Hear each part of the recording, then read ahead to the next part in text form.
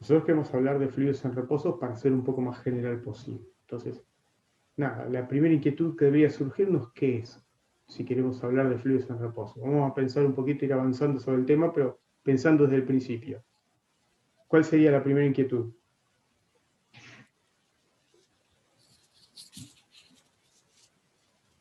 Que deberíamos tener, ¿no? Básicamente pensar qué es un fluido. Sería poder tener de alguna manera, poder precisar qué es un fluido. ¿Sí? O sea, básicamente uno se acostumbra a decir, bueno, física 1, mucho de clasificación de la materia no ve. No es que uno puede clasificar a grandes rasgos. Nosotros sabemos ya de antemano que la materia son sólidos, líquidos y gas. En principio, a grandes rasgos, las 3 especies que vemos nosotros. Hay más, pero nosotros vemos esas 3 en principio. Algo más vemos en elasticidad y sabemos que un sólido y un líquido casi no se comprimen, son incompresibles para nosotros, y un gas es compresible. Pero esa definición no nos ayuda a comprender qué es un líquido. ¿Está? Entonces, cuando un líquido o un fluido, más general todavía, ahí tenemos que pensar un poquito. ¿Qué características tiene un fluido? A ver si ustedes me ayudan para ver qué vamos entendiendo desde el principio.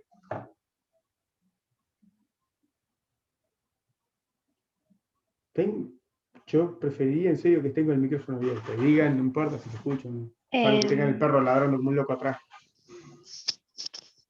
Si es laminar o turbulento. Esas ya son especificaciones del tipo de fluido. ¿Sí? Bien. Pero ¿qué diferencia un fluido del resto de las otras cosas? O sea, yo tengo un sólido, no le vamos a algún fluido, pero si tengo un líquido y un gas, pueden ser fluidos. Ahora, ¿cuál es la característica que define un fluido? Profe, ¿Sí? ¿se me escucha bien? Sí, se escucha perfecto. Sí, quería mencionar lo que habíamos nombrado la clase anterior, el esfuerzo de corte sobre el cuerpo, que sería un fluido. Perfecto. Bueno, esa sería la diferencia con lo sólido, ¿no? En realidad es con un fluido, a diferencia de un sólido, si querés, tiene varias características. Un fluido no tiene forma propia en principio, ¿no? Solamente adopta la forma del recipiente que lo contiene. No soportan esfuerzo de corte los fluidos, en principio, no soportan esfuerzos de corte, y cuando uno le hace un esfuerzo, en principio, no recupera la forma al dejar el esfuerzo. Un sólido elástico, en principio, cuando le hacemos un esfuerzo de algún tipo, dentro del régimen elástico, recupera la forma que tenía. Un líquido no, un fluido no. ¿Está? Esas son en principio las características de tipo macroscópicas. A nivel microscópica, cuando tengo un líquido, que no es el modelo que nos interesa a nosotros, pero si uno quiere pensarlo un poquito, después vamos a avanzar a gases. La diferencia es que cuando tengo un líquido, yo los puedo clasificar en 2 especies, en principio, y tiene que ver con el tipo de interacción que tengo a nivel molecular. ¿Sí? En un líquido tengo interacciones un poquito más fuertes que en un gas, o sea, porque tengo distancias menores, las distancias intermoleculares en un líquido son menores que en un gas son grandes, entre comillas grandes, ¿no? En comparación a qué tiene que ver, ¿sí? Pero las distancias intermoleculares son grandes, y en ambos casos, en un líquido, o sea, nosotros que llamamos un líquido y un gas, que son los 2 fluidos que vamos a ver, esas interacciones moleculares siempre son menores que en un sólido, porque las distancias intermoleculares son menores. Eso, si quieren, es una definición a nivel microscópico. Dicho eso, la primera definición que uno trata de insertar cuando ve fluidos en reposo, ¿qué es? Un segundito.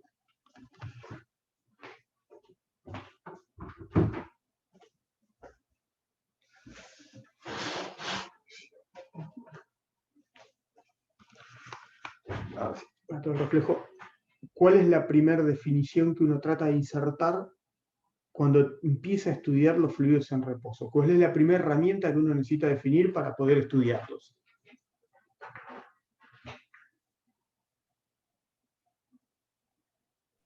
Que como no aceptan esfuerzos de corte, todo tipo de cosa a considerar va a ser siempre perpendicular. Bien. Entonces, lo primero que necesitamos definir los esfuerzos, que nosotros lo vamos a llamar en un líquido como presión, ¿sí? El tipo de esfuerzo que podemos hacer sobre un líquido lo llamamos presión, que es para nosotros una magnitud escalar. Aunque después, si uno se pone refinado, sabemos que en otras circunstancias no es una magnitud escalar, ¿sí? Necesitamos bastante más elementos para definirlo completamente. Es un tensor. Para nosotros, así como estamos definiendo, cuando vamos a trabajar en fluidos en reposo, solamente nos interesan, ¿sí?, los esfuerzos, ¿sí?, que son como perpendiculares a la superficie de contacto, ¿sí? O sea, todo esfuerzo es normal. Si tengo una componente de fuerza que no es normal a la superficie de contacto, me generaría ¿qué? Un esfuerzo de corte y me generaría movimiento de fluidos. Entonces, en principio, lo que vamos a ver, esfuerzos, o nosotros vamos a llamarlo presión para nosotros, ¿sí?, al cociente del módulo de la fuerza con el módulo del área. Sí, voy a usar la pantalla un poquitito.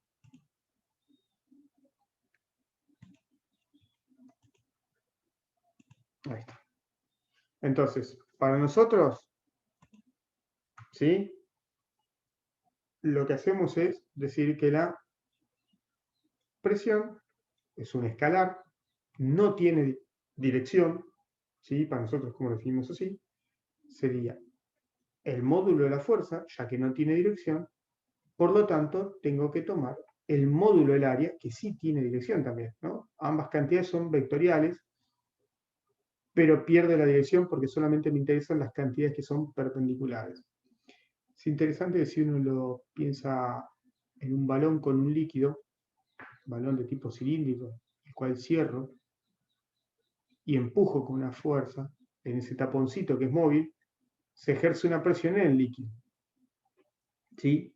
Entonces, si yo tomo cualquier pedazo de superficie del balón, tengo una fuerza que es normal y el área es normal. Si es orientable, ¿no? ¿Sí? El vector que caracteriza la dirección del área es normal. Entonces, estos dos vectores son paralelos y trabajo solamente con esa cantidad. La presión escrita como el cociente del módulo de fuerza sobre el módulo de área. Algo sin dirección. ¿Estamos de acuerdo con eso? ¿Sí? Sí. Sí. Buenísimo. O sea, hay que tener en cuenta eso. Digo, bueno, si yo ejerzo una presión y la componente de la fuerza no es únicamente normal la que me interesa, tengo un problema porque el líquido se empezaría a desplazar. Eso hay que tener en la cabeza, ¿no? Y esta magnitud, por ahora, para nosotros, en estas condiciones, es una magnitud escalar. ¿Sí? Bien, buenísimo. ¿Qué pasa si, yo digo, porque estoy tratando de construir las ideas a partir de acá? Por ejemplo, si yo ejerzo una fuerza, tengo este balón que tiene esta cosita, este taponcito que es móvil, y adentro tengo todo un líquido. Yo empiezo a empujarlo. ¿Sí? Lo aprieto de ahí arriba, por así decirlo. No uso el lenguaje. ¿Qué es lo que pasa?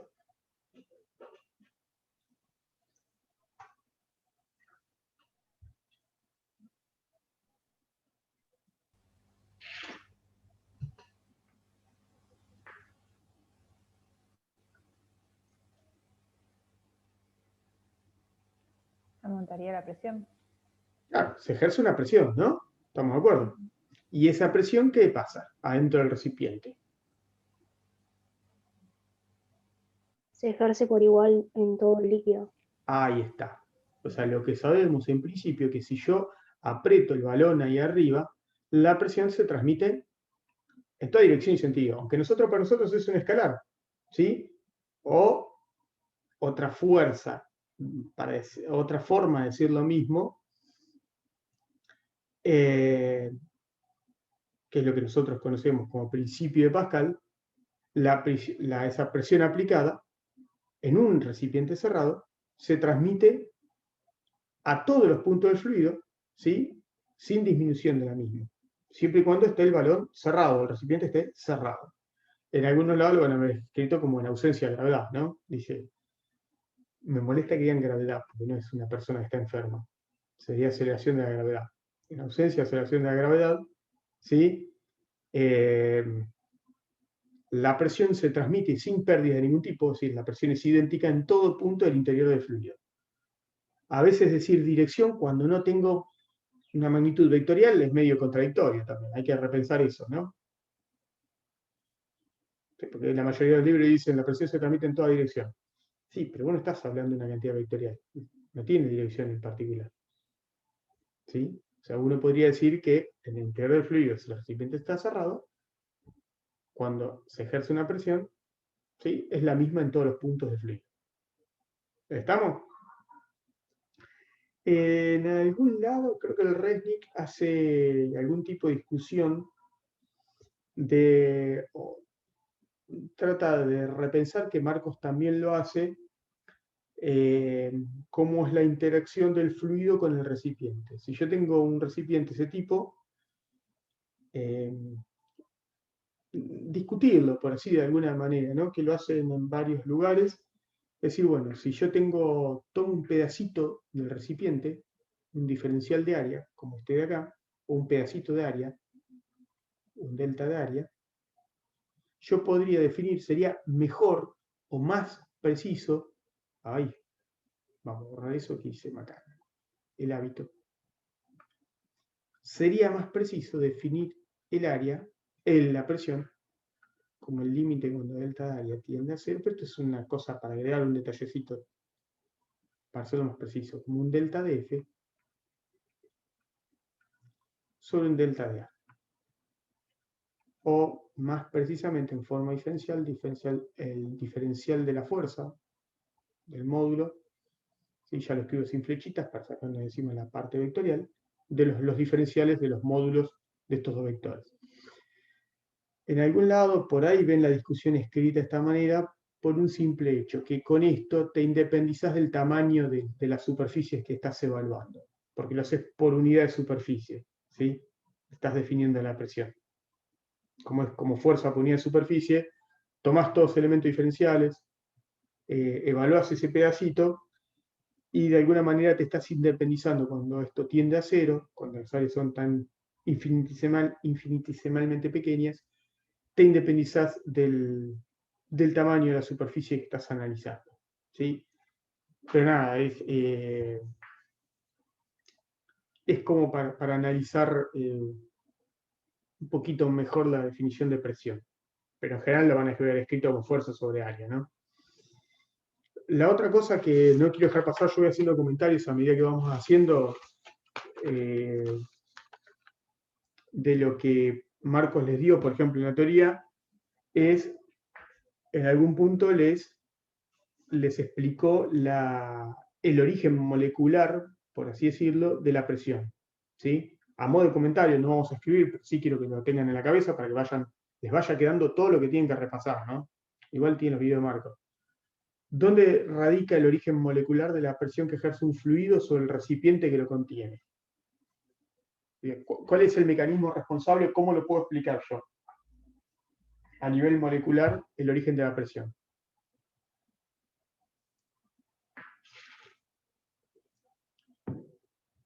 Yo los escucho, ¿no? Quiero que me interrumpan todo lo que puedan. Es la sucesión de choques contra la superficie externa o lo que sea. Perfecto. O sea, si vamos a ser precisos, los choques, o sea, la presión a nivel molecular se puede explicar en términos de los choques de las moléculas de fluido sobre la pared del recipiente, ¿sí? Y lo que vemos nosotros es que hay una variación en la cantidad de movimiento que es perpendicular a la superficie siempre, ¿sí? O sea, planteando en un modelo sencillo la conservación de la energía y la conservación de la cantidad de movimiento, solo sobreviven las componentes de la cantidad de movimiento que son perpendiculares a la superficie. Las componentes que son tangenciales, por así decirlo, se eliminan entre sí, por eso también uno habla de solamente esfuerzos normales, ¿sí? A nivel molecular, teóricamente, para explicar la presión, lo que propongo es que las moléculas de fluido interactúan con la pared, y en nuestro modelo más sencillo lo podemos explicar planteando conservación de la energía y conservación de la cantidad de movimiento. ¿Estamos de acuerdo? Hay que acordarse cuáles son las hipótesis de trabajo, ¿no? Y ahí puedo ver que solamente me interesan las componentes o que sobreviven en esos choques elásticos, las componentes perpendiculares a la superficie. Si hubiese movimiento, evidentemente no solamente me interesan las componentes perpendiculares, ¿no? Si hubiese movimiento del fluido. Si hay algún tipo de fuerza de corte, evidentemente no. ¿Sí? Pero en un fluido en reposo, en equilibrio, solamente me queda eso. Insisto con la idea, por favor, preferiría que tengan el micrófono abierto y me interrumpan todas las veces que tengan ganas. ¿Sí? Un segundito.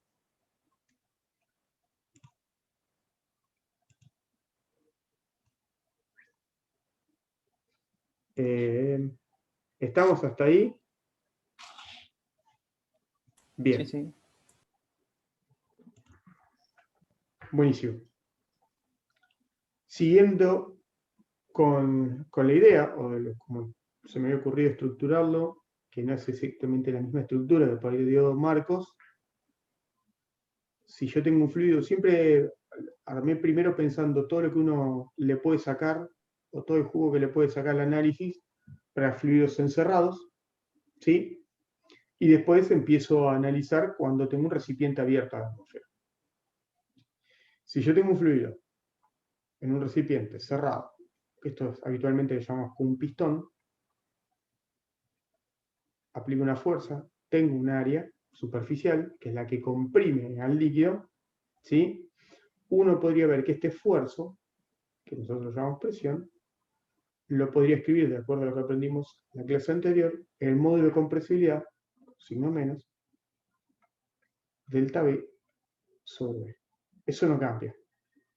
Si esta fuerza sobre área, este esfuerzo, nosotros lo podríamos escribir como una variación en la presión. Aumenté la presión, o sea, hubo un cambio en la presión, ¿sí? Y se produce una compresión del fluido, del líquido, o del fluido, si quieren, en general, ¿sí? La cuestión es, bueno, nosotros sabíamos que este K, esto lo vimos en la clase anterior, no hay un mayor secreto, K es mayor que 0.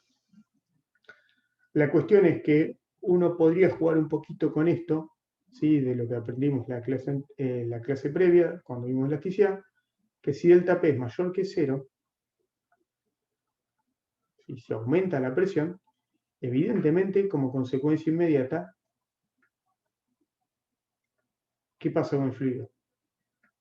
Tiene que comprimirse o tiene que disminuir el volumen, ¿sí? Esto va a ocurrir o va a depender de cómo sea el módulo de compresibilidad, ¿sí? Y ahí el módulo de compresibilidad es el elemento que caracteriza en esta circunstancia a cada sustancia.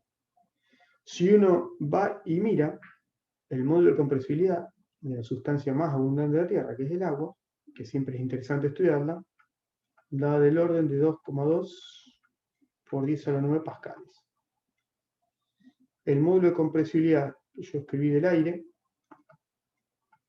para jugar un poquito, es 1.01, si no están mal los datos, por 10 a la 5 pascales. Y el módulo de compresibilidad del acero, por ejemplo, 160 por 10 a la 9 pascales. Esto lo puse a propósito, porque si uno mira esto, a nivel de compresibilidad, fíjense que el agua, un líquido y un sólido no están muy lejos, ¿no? O sea, esto significa que un sólido y un líquido se comprimen poquito. ¿Está? Nada, 2 órdenes de magnitud, pero bastante cercanos. Ahora, es notable la diferencia con el aire.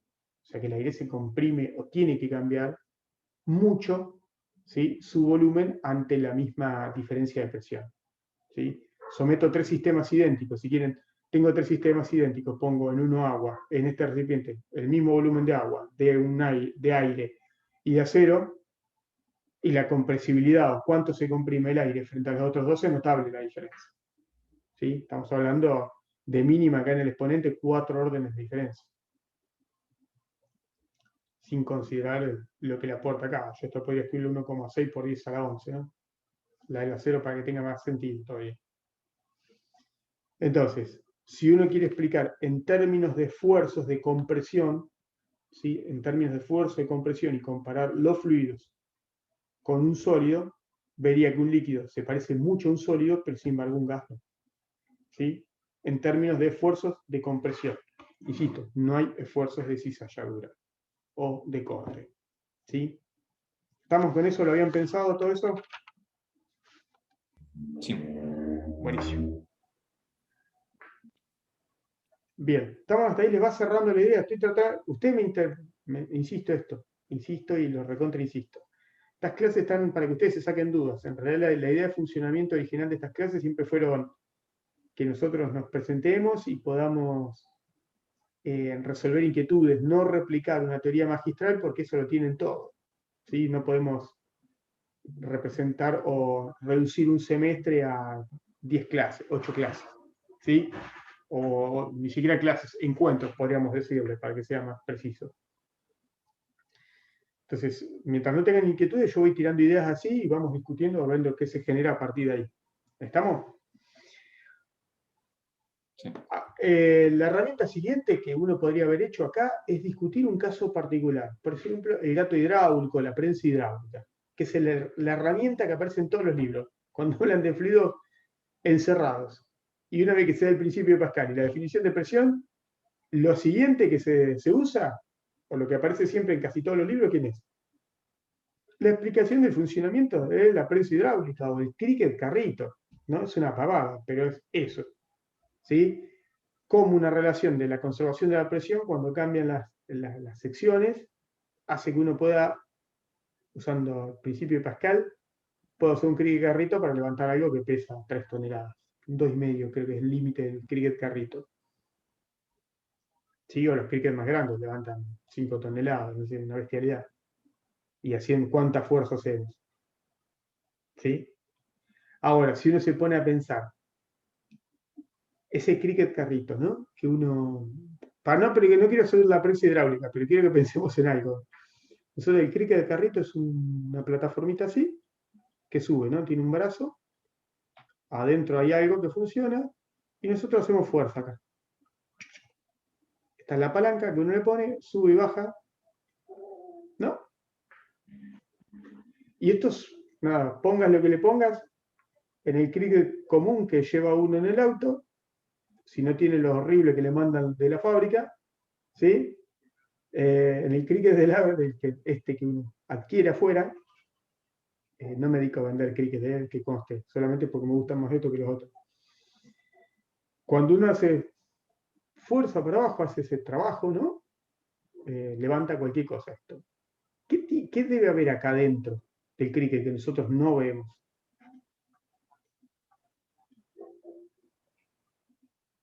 ¿Qué tiene que haber acá adentro? Un fluido. Un fluido, ¿no? Algún sistema de cambios de área, ¿no? Algún sistema de cambios de área, ¿sí? Tengo que pasar de un área probablemente una pequeña a una grande, esto se vaya ensanchando, y un fluido totalmente incompresible con un pistón, ¿no? Que lo presiona y hace que esto levante. Entonces, ese fluido totalmente incompresible, cuando yo lo empujo, lo aprieto, poquitito de este lado, se transforma al cambiar de área en una presión muy grande hacia arriba, un esfuerzo, le permite hacer un esfuerzo hacia arriba, que permite levantar, por ejemplo, un auto. Entonces, acá dentro, en todo este sistema, hay un sistema de cambios de áreas y un fluido totalmente incompresible. De hecho, noten, si alguna vez observan algún cricket de estos tirados en la calle, ¿qué van a verle? ¿Por qué lo tiran?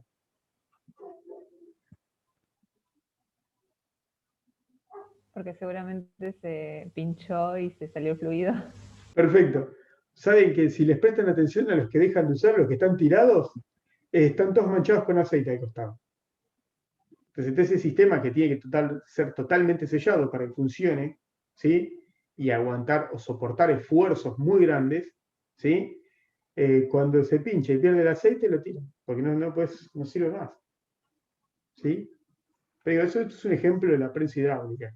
Y si uno lo piensa, cómo funciona este cricket, tiene que ser una cosa donde cambie, que tenga un fluido incompresible, un cambio en las secciones transversales para que es el cricket hidráulico, ¿no? Que nosotros, la prensa hidráulica, que siempre lo vemos así, ¿no? El dibujito que vemos en los libros es una cosa así. Tengo acá un plato grande y acá de menor área, y veo cómo tienen que ser las relaciones de áreas para que aumente ¿qué? La fuerza. ¿Sí o no? Vale, el cricket funciona así. Dicho eso, terminamos de jugar, mírenlo, está en la teoría, esto son aplicaciones del principio de Pascal, ¿sí? Y la definición de presión para un fluido cerrado. Por eso digo, yo no me detengo en las particularidades en la discusión, avanzo sobre lo que es más general para mi gusto. Dicho este punto, llegamos a todo lo que podemos analizar para un recipiente cerrado y empezamos a ver qué pasa con la presión, o podemos tratar de pensar qué pasa con la presión en un recipiente abierto. ¿Sí? Entonces, tenemos algo, ahora podríamos tener algo así. Un fluido abierto a la atmósfera. ¿Sí? Cualquier tipo de líquido nos serviría. Entonces uno puede analizar el título que uno podría encontrar, que es lo más general posible, es interesarse cómo varía la presión, ¿sí? Dentro de un fluido en reposo. ¿Qué pasa con la presión? O tratar de analizar qué pasa con la presión en el interior de un fluido en reposo abierto a la atmósfera. ¿Sí? Y acá viene el análisis, o sea, ¿cómo lo analizarían eso? ¿Cuáles son las hipótesis que tienen que tomar en cuenta? ¿Y cuáles son las herramientas que van a usar? Mientras cambio la yerba, mientras lo piensan.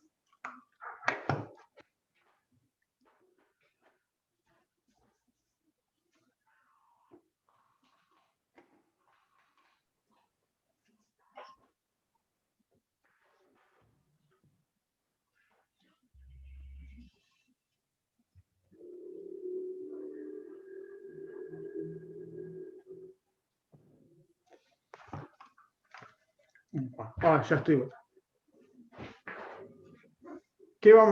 ¿Cómo analizarían esto? Digo, ¿qué son las hipótesis? Y te preguntan, bueno, si alguien te pregunta, ¿de qué depende la presión interior de un fluido?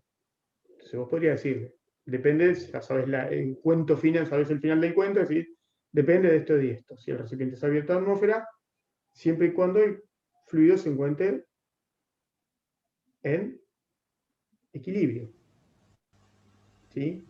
La condición de análisis para poder determinar de qué depende la presión en el interior de un fluido es que estamos pensando que el fluido se encuentra en equilibrio. Porción que agarra el fluido, ¿no? Como un elemento que vaya a analizar, esto se encuentra en equilibrio. Si se encuentra en equilibrio, la suma de fuerzas es 0, la suma de torque, que siempre nos olvidamos, es 0.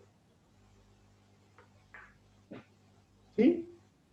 En realidad, si uno fuese estricto, acá teníamos una flechita, si fuese molesto. ¿Sí?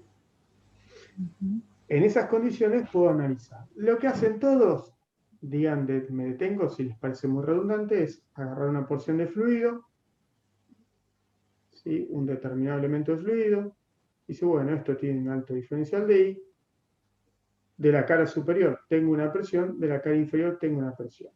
Voy a suponer que acá es P más delta de P, o diferencial de P, y acá tengo P. Y tiene un área transversal. Vamos a plantearlo así rápidamente. Si yo planteo la primera condición de que la sumatoria de fuerzas tiene que dar 0, ya lo planteo como un escalar, porque si quieren, uno debería poner un sistema de referencia, pues sí que es en el eje Y, o sea, la sumatoria de fuerzas en Y es igual a 0. ¿Qué fuerzas tengo actuando sobre esa porción de fluido para hacer el análisis?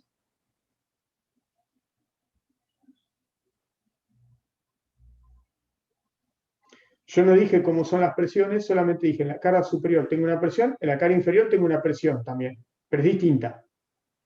Por eso le puse el delta P. Yo delta P o diferencial de P, yo no sé si es positivo o negativo, porque no sé cómo se comporta la presión, ¿sí? Cuando cambian los puntos en el interior del fluido. Acá no vale la consideración de Pascal porque no es un recipiente cerrado. Está abierto a la atmósfera, ¿sí? Y tengo influencia de la aceleración de la gravedad. Yo lo que puedo decir, bueno, de la definición de presión, sé que tengo una fuerza sobre la cara superior y una fuerza sobre la cara inferior, ¿o no? Sí. Yo podría escribir. Ay, perdón, lo escribí al revés. Díganme cuando veo esas cosas. Dije P más delta P, pero tengo escrito arriba. Voy a escribirlo así. Solamente para que sea más cómodo. P más diferencial de P.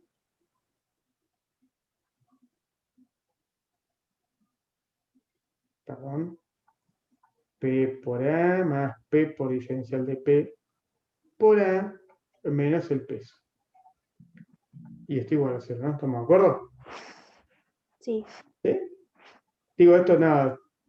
Podrían haberlo supuesto, nadie les cambia, podrían haber supuesto al revés, porque ustedes no saben de antemano qué va a pasar con la presión, ¿no? ¿Estamos de acuerdo? Lo que me va a cambiar es el signo Sí. del diferencial de P, lo que me cambia, lo que yo considero. En realidad, cuando la gente analiza esto, tiene una medida previa de lo que pasa, entonces sabe cuál presión va a ser mayor o menor, o tiene una intuición, o algún tipo de medida, entonces dice, bueno, arriba va a ser mayor que abajo, entonces digo, bueno, o abajo va a ser mayor, y lo plantea en esas condiciones. A nosotros no nos importa, lo podemos plantear igual. Acá, ¿qué me quedaría? Simplifico todo lo que simplifico todo lo que ya no me sirve más, o sea, sería A, si me equivoco en las cuentas, A por diferencial de P, igual a M por G, ¿o no? Digo, planteándolo rápido, así para ver. O sea, sé que hay una diferencia de presión entre las dos caras de ese elemento de volumen que estoy considerando de fluido, y quiero ver cómo cambia. Nada más que eso. Reescribo, que es lo que se hace habitualmente, no nos vamos a detener mucho, esto es una pavada, ustedes saben hacerlo. Solamente reescribo la masa como la densidad por el volumen, ¿sí? A por delta de I por G. La sección transversal están los dos. O sea que yo podría escribir, que es lo que me interesa, diferencial de P A de I, y a mí me interesa en general verlo de esta manera, me parece interesante, por ahí le erro, dg con signo cambia. ¿Por qué le decía escribir rápidamente para llegar a esta expresión? Porque este análisis muy pavo, lo que me está demostrando es que si la densidad es constante, ¿no? Si la densidad es constante, ¿sí? No depende con nada, un sistema homogéneo en cuanto a la densidad, ¿sí?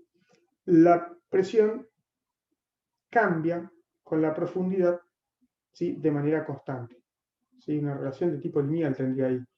Esta ecuación, que es la pendiente, o sea, de P a de I, ¿no? O lo que decían los matemáticos viejos, que a mí me gusta más la expresión, es la razón de cambio de la presión con respecto a la profundidad, ¿sí? O a la altura, depende de donde hayan puesto el sistema de referencia, ¿sí? Cambia linealmente, con signo negativo.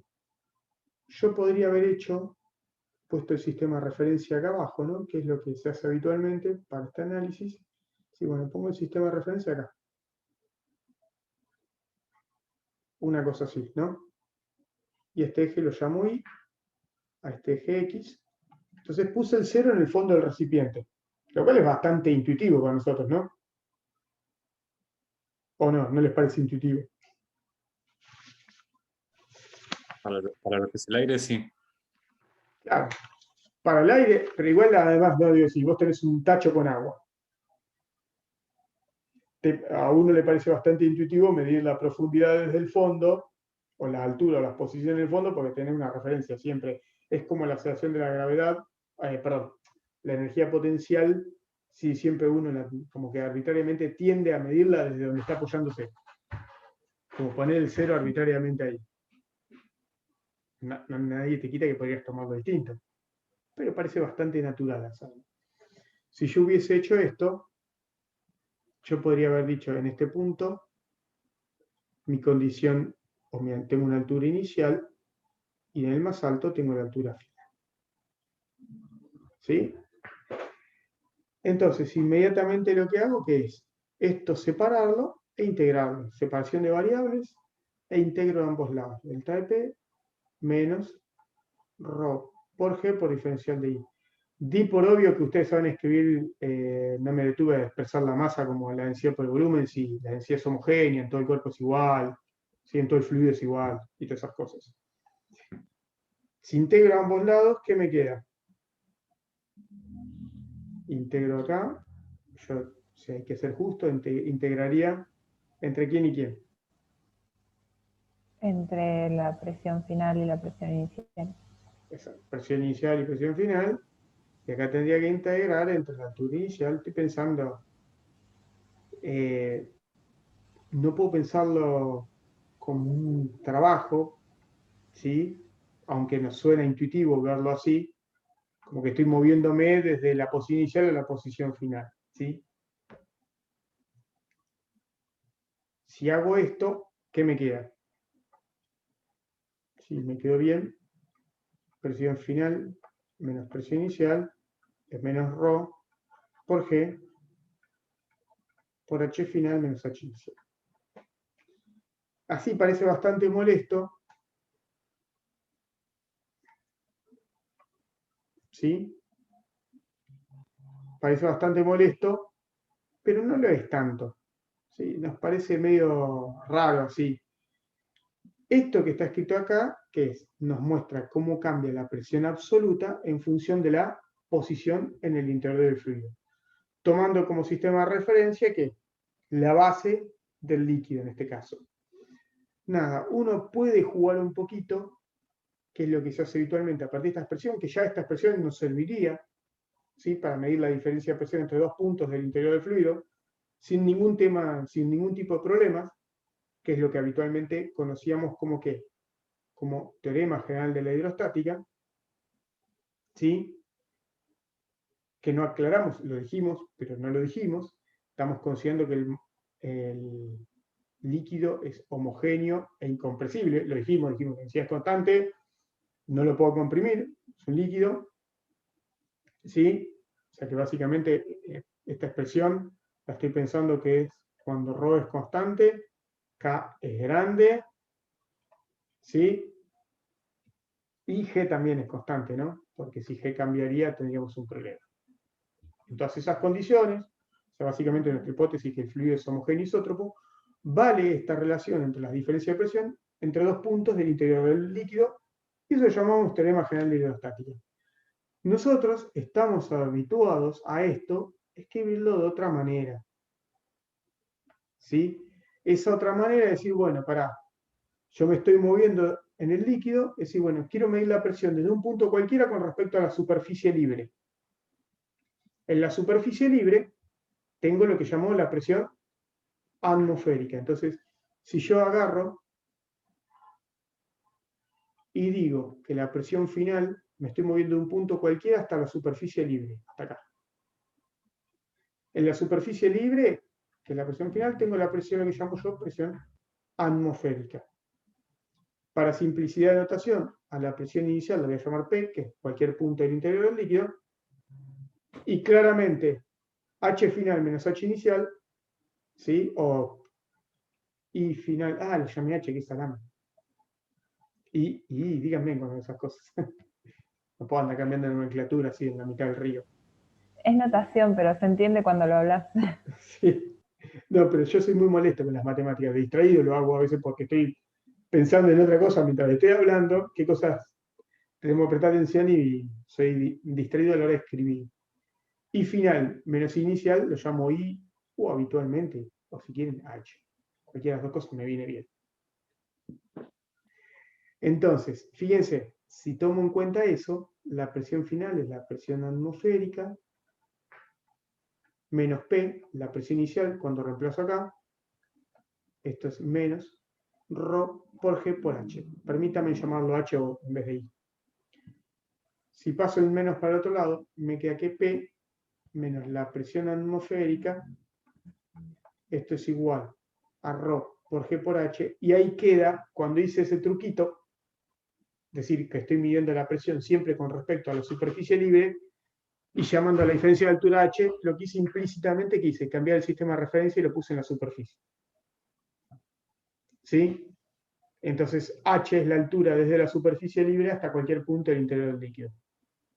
¿Sí? Y ahí lo que estoy viendo, naturalmente, que la presión aumenta con la profundidad, ¿no?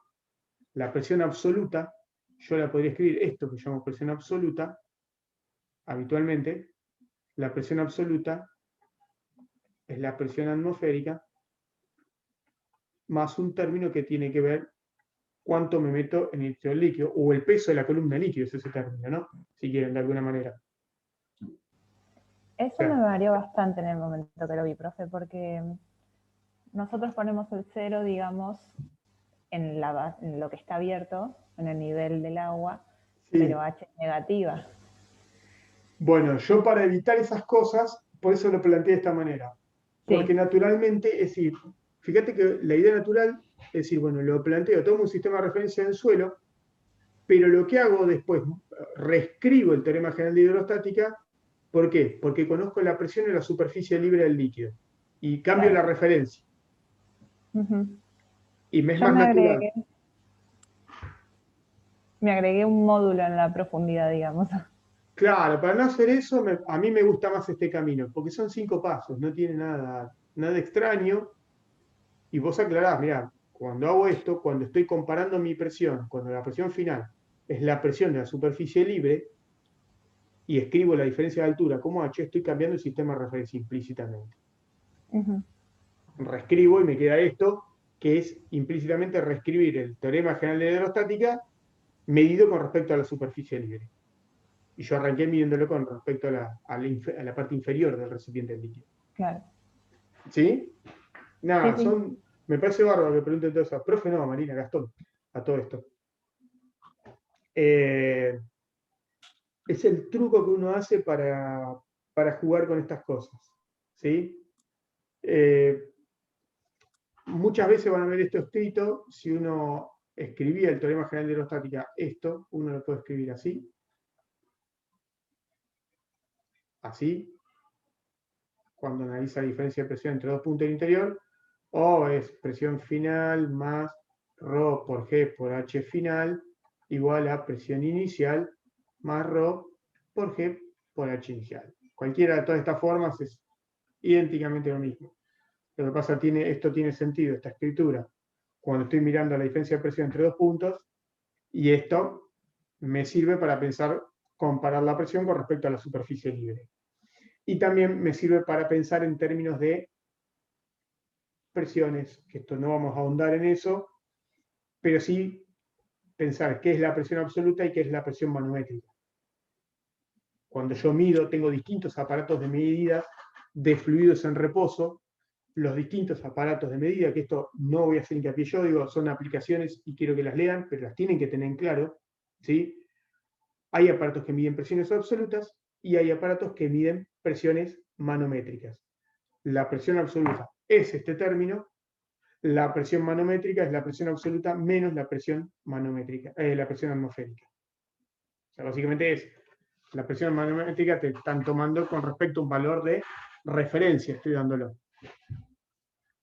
Ahí tienen que hacer hincapié barómetro, qué es un barómetro, qué es la columna de Torricelli, la de los 760 milímetros de mercurio. ¿Por qué en la columna de Torricelli usamos mercurio? Podrían pensar, y en otro líquido, que es la pregunta habitual. ¿Por qué no agua? Para medir la presión atmosférica con el sistemita de la columna de Torricelli. Tengo un fluido acá y pongo una columna. Hago todo el análisis con el teorema general de hidrostática y veo que la columna asciende hasta una altura. ¿Por qué no usar agua? Yo encontré como que la presión, digamos, arriba, Sí. es despreciable a temperaturas normales, digamos, ambientales. Bueno, primero, el sistema Torricelli, mírenlo, pues insisto, son aplicaciones. No me quiero detener en las particularidades, sino en la generalidad. Esto es vacío y la columna de mercurio sabemos que alcanza unos 76 centímetros, más o menos. Esto tiene que ver porque es por la densidad del líquido. Cuando mido la presión, ¿sí? La presión manométrica, que es la absoluta menos la atmosférica, esto es igual a ρ por G por H. La altura que vaya a alcanzar el fluido ahí adentro depende de la densidad del líquido. Si tengo mercurio, alcanza 76 centímetros. Para un líquido de mucha menor densidad, yo estoy despreciando la presión de acá del gas que hay encerrado, por eso digo que es vacío. Para un líquido de menor densidad voy a tener que, para equiparar el mismo valor, porque siempre voy a medir el mismo valor de Claro, presión tiene que ser muy manométrica, alto. tiene que ser muy alto. Por eso no hay líquido. Y la otra pregunta inmediata, ¿no? Porque dice, bueno, ya está, no puedo usar agua, no puedo usar alcohol. Se usaba alcohol en algún momento. Necesito más altura, una columna mucho más alta. ¿No? ¿Por qué no usar otro tipo de algo como el mercurio líquido? Porque en realidad de todos los elementos que tengo líquidos es el que tiene mayor densidad. ¿Sí? ¿Por qué no usar oro? Porque a temperatura ambiente no lo tengo líquido. ¿Por qué no usar plata? ¿Sí? En las columnas, o sea, para explicar este fenómeno, lo natural es usar mercurio, ya no se usa más, ¿no? Porque es tóxico. Infinidad de los termómetros de mercurio dejan de usarse, estos cositos para medir la presión, no tiene sentido usar el mercurio. Te la mide el celular ya, la presión. ¿Sí? Hay barómetros para el celular, como que no tiene mucho sentido. Dicho todas esas cosas, insisto en que miren con cariño, o sea, o presten atención cuando para que lo sepan, porque experimentalmente tiene sentido, decir, ¿qué mide un barómetro? O sea, lo que uno tiene que prestar atención es si lo que estoy midiendo son presiones absolutas o presiones manométricas. ¿Está? Depende del dispositivo que use para medir. Nosotros, todos los dispositivos que estamos haciendo referencia en este momento, hablan de líquidos en reposo. ¿No? El otro, el tubo, el balón de gas, que yo nunca me acuerdo los nombres, soy un desastre. Pongo gas con una cierta presión acá y veo que acá tengo un líquido y dice líquido cambia. Entonces puedo medir usando la diferencia de presión entre estos dos puntos, lo habitual. ¿Por qué es lo que mido ahí? Si mido la presión del gas, acá el recipiente está abierto a la atmósfera, se puede medir la presión absoluta del gas, o si le resto, puedo medir la presión manométrica. ¿Sí? ¿Estamos hasta ahí? Llegar a estas conclusiones, no creo que vayamos a llegar hoy. La expresión que habíamos obtenido antes, para ir háganlo en su casa para jugar, dP es igual a menos ρ por G diferencial de I. Esta expresión, que la dejé acá, es interesante para pensar el fluido, el aire como un fluido, modelizarlo como un fluido. Una cuenta que se hace habitualmente y que se replica en varios libros es pensar cómo cambia, si estoy en la superficie de la Tierra, ¿sí? Cómo cambia la presión con la altura. O sea, es decir, estoy acá al ras de la Tierra, cuál es la presión que mido, y si subo al Everest o al K2, que ayer leí que hubo la ascensión, terminó la ascensión al K2, que es el segundo monte más alto, es una montaña más alta del mundo, levemente por abajo del Everest, vamos a ponerlo acá, K2, pero es el más peligroso del mundo, uno de los más peligrosos del mundo, y se murieron 9 en la ascensión invernal. 9 o 2, o llegaron 9 y murieron 2, o una cosa así. Bueno, léanlo en el diario. Si yo quiero subir al K2, que tiene 8.611 metros, creo, si mi memoria no falla, acá la presión, ¿cuánto vale? ¿Sí? Entonces, si uno juega con estas cuentitas, puede usar esta expresión que usamos para analizar o llegar al teorema general de la hidrostática para analizar la presión cuando cambio con la altura. ¿Sí? También sería interesante para analizar la presión de los gases, todavía no lo vamos a ver, y el tema de la velocidad de escape, cómo vincular la presión de los gases y la velocidad de escape sobre ¿eso qué es ya? Estratosfera, ionosfera, no sé. ¿Algún astrónomo que me ayude? Bueno, acá, a 40 kilómetros de alto más o menos, ¿no? 36, 40, ¿cuánto hay acá arriba?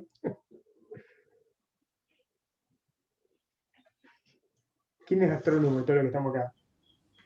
Hoy Acá, pero creo que ni quien se dedica a eso sabe cómo se llama. Sí. Bueno, ¿Cómo, profe? ¿cómo se llama ahí arriba? Ionosfera, estratosfera, no me acuerdo yo eso. ¿Pero a qué altura? Y a los 40 kilómetros más o menos, ¿no? ¿Cuánto es acá? Hasta el último, donde Estarías, encontramos gases. estarías llegando a la estratopausa, casi a los 50. ¿Acá hay gases todavía a los 50? Sí, Bueno, sí, pero todo se concentra debajo de los 40, ¿no? casi no, hasta los 10, un poco más arriba es todo lo que se desarrolla en tormentas. Más arriba, hasta llegando a los 50, hay gases, pero la mayor concentración está por debajo. Donde no hay nada de gases, nada de presencia de átomos, o sea, perdón, gases, es la ionosfera. Bien. Qué raro, porque pusieron el nombre de ionosfera y tenía que hacer algo con los iones, pero bueno. Lo que digo es que uno podría tratar de vincular de acuerdo a la presión y el gas que tengo a ver qué gases están en la superficie y por qué no se escapan de la superficie terrestre, por así decirlo, hasta acá, o de la ionosfera. No se van ahí. Jueguen con esto, con este modelito, para practicar, ¿sí? A partir de acá, suponiendo el modelo básico supone que la densidad es directamente proporcional a la presión. Acá, fíjense que nos salimos del modelo. Cuando consideramos un gas, ya no estamos considerando, en esta expresión no metemos que el líquido, o sea, en el teorema general de hidrostática, supusimos que el fluido era homogéneo e incompresible. Cuando consideramos este modelo y queremos analizar gases, ya el modelo no es incompresible. O sea, deja de ser incompresible. Lo que analizamos es que la densidad cambia con la presión y a partir de esta expresión podemos analizar cómo cambia la presión con la altura, ¿sí? En un gas, en la superficie terrestre. Un modelo bastante pavo, con unas aproximaciones básicas. Si hacen la cuentita, les recuerdo, intenten hacerlo, solamente a nivel de inquietud, cómo aplicar este modelito. Si piensan que la densidad cambia con la presión o es directamente proporcional a la presión, entonces uno puede hacer un cociente. La densidad con respecto a la densidad de la superficie terrestre es la presión con respecto a la superficie terrestre. Usan esta relación y ahí deducen la presión en función de la altura. Van a ver que eso cambia o decrece exponencialmente. Si hacen bien las cuentas, eso decrece exponencialmente y, por ejemplo, en el Everest, la presión que tenemos es el 0,35 de la presión atmosférica, más o menos. Si hacen esa cuentita. ¿Sí? O sea que la presión baja notablemente. Por eso los alpinistas que van a esos lugares no la pasan nada bien. ¿Sí? ¿Están? Bien. Digo, yo les voy tirando cosas así para hacer como para que practiquen todo esto. Si uno sigue con la secuencia de eventos que analiza habitualmente, la estructura que tienen la mayoría de los libros, todos más o menos van por el mismo lado, ¿no? Arrancamos analizando recipientes cerrados con fluidos. Ahora vimos cómo cambia la presión en el interior de un fluido con respecto a la presión atmosférica. Lo llamamos teorema general de hidrostática. Lo siguiente que nos interesa, que está vinculado a la historia de la humanidad, que es, a ver si adivinan qué vamos a seguir. Cada uno puede tener su idea de qué sería lo que continuaríamos viendo. El principio de Arquímedes. Claro, naturalmente lo que uno va a ver es el principio de Arquímedes. ¿Sí? Que no es ni más ni menos que una consecuencia de lo que vimos antes, ¿no? Que lo vimos ahora. O sea, ¿qué pasa cuando meto un cuerpo, lo sumerjo en forma total o parcial en el interior de un líquido? Eso es lo que nosotros, la respuesta a esa pregunta es lo que nosotros conocemos como el principio de Arquímedes. Fuera de toda la historia, la corona de oro y el rey. No era rey. Era en Florencia, ¿no? Yo me olvidé esas cosas. Era en Florencia, entonces sería un duque. O al rey que lo querían chorear con la corona de oro. Básicamente es, meto un cuerpo en el interior de un líquido, vamos a suponer que lo sumergimos totalmente para el análisis, lo meto acá adentro ¿sí? El cuerpito, ¿sí? Y se sumerge y queda, vamos a pensar que queda totalmente sumergido. La historia es que es cuando sumerjo parcial o totalmente un cuerpo en el interior de un líquido. Nosotros vamos a pensar, para pensar un poquito el problemita, o el principio de Arquímedes, que lo sumerjo totalmente y queda flotando ahí. ¿Qué tengo? Básicamente que el líquido ejerce presiones, ¿no? El resto del líquido ejerce presiones sobre el cuerpo. Si ejerce presiones, hay fuerzas actuando sobre el cuerpo. Básicamente, si lo dejo y se queda quieto ahí, la condición vuelve a ser la misma condición que cumple el resto del líquido, en reposo, o sea, queda en equilibrio. La suma de fuerzas y la suma de torques tiene que dar 0. Claramente, si queda flotando acá, hay una fuerza hacia arriba y hay una fuerza hacia abajo, que es el peso del propio cuerpo. En situación ideal, nos olvidamos de todo lo demás que pueda haber. ¿Sí? Todas las cosas raras que pueden aparecer. En principio, en nuestro modelo limitado, vemos estas dos fuerzas. Una es el peso, lo atrae la Tierra. La otra es una fuerza hacia arriba, porque está quieto, está en equilibrio. ¿Sí? Esa fuerza hacia arriba la llamamos empuje. Claramente, el responsable del empuje, ¿qué es? El resto del líquido. ¿Sí? Porque el resto del líquido le está haciendo una fuerza a ese cuerpo.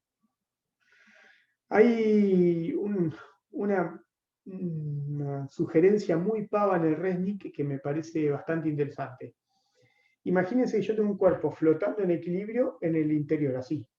Ese cuerpo primero mete un material, pedazo de madera no, porque flota totalmente, pero supónganse que meto 3 materiales distintos que flotan totalmente sumergidos, que logro encontrar 3 materiales que flotan totalmente sumergidos. Y los 3 son de igual volumen, es decir, pongo el material 1 y queda ahí. Pongo el material 2 y queda casi igual. Pongo el material 3 y queda casi igual. ¿Sí? Y de hecho, si en vez de hacer eso, dice, bueno, agarrá y poné una bolsa. Te dice, agarrá y poné una bolsa. Le pones un material acá, una bolsa que no pesa nada, que no cambia, o sea, de peso despreciable, y adentro agua. Ese modelo mental sencillo, ¿qué te muestra? Si lo piensan un poquito.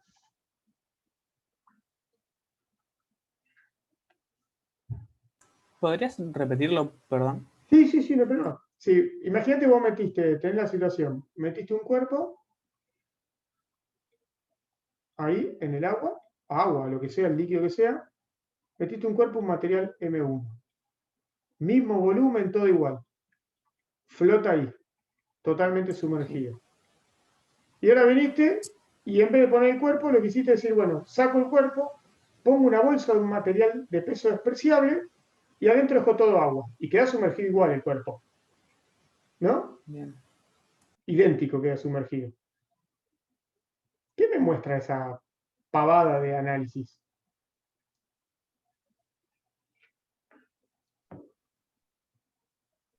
Y como que en realidad es indistinto si hay agua o si hay otra cosa, como que es el entorno el que ejerce Básicamente la fuerza y no hace diferencia. me importa el volumen, ¿no? Del líquido desplazado, básicamente. Pero me está diciendo eso, no me importa qué material puse, en principio, ¿sí? Pero sí me está importando cuánto líquido, o sea, el volumen que ocupé. Y es lo que nosotros conocemos el principio de Arquímedes, ¿no? Eso sería una experiencia que uno podría hacer bastante pava, pero es algo que te lleva a pensar el principio de Arquímedes. El principio de Arquímedes que dice que todo cuerpo sumergido en forma total o parcial en un fluido que experimente una fuerza de abajo hacia arriba, ¿sí? Proporcional o, si querés, en vez de proporcional al volumen desplazado, o lo que dice, sino en la otra versión, es igual al peso del líquido desalojado. Cualquiera de las dos versiones es correcta. Que es proporcional al volumen de líquido desplazado es correcto, o que es igual al peso del líquido desalojado, es correcto. Cualquiera de las dos cosas estamos diciendo está bien. ¿Sí? Entonces, esa fuerza que hace el resto del líquido sobre el cuerpo, que lo empuja hacia arriba, ¿sí? Es lo que llamamos empuje.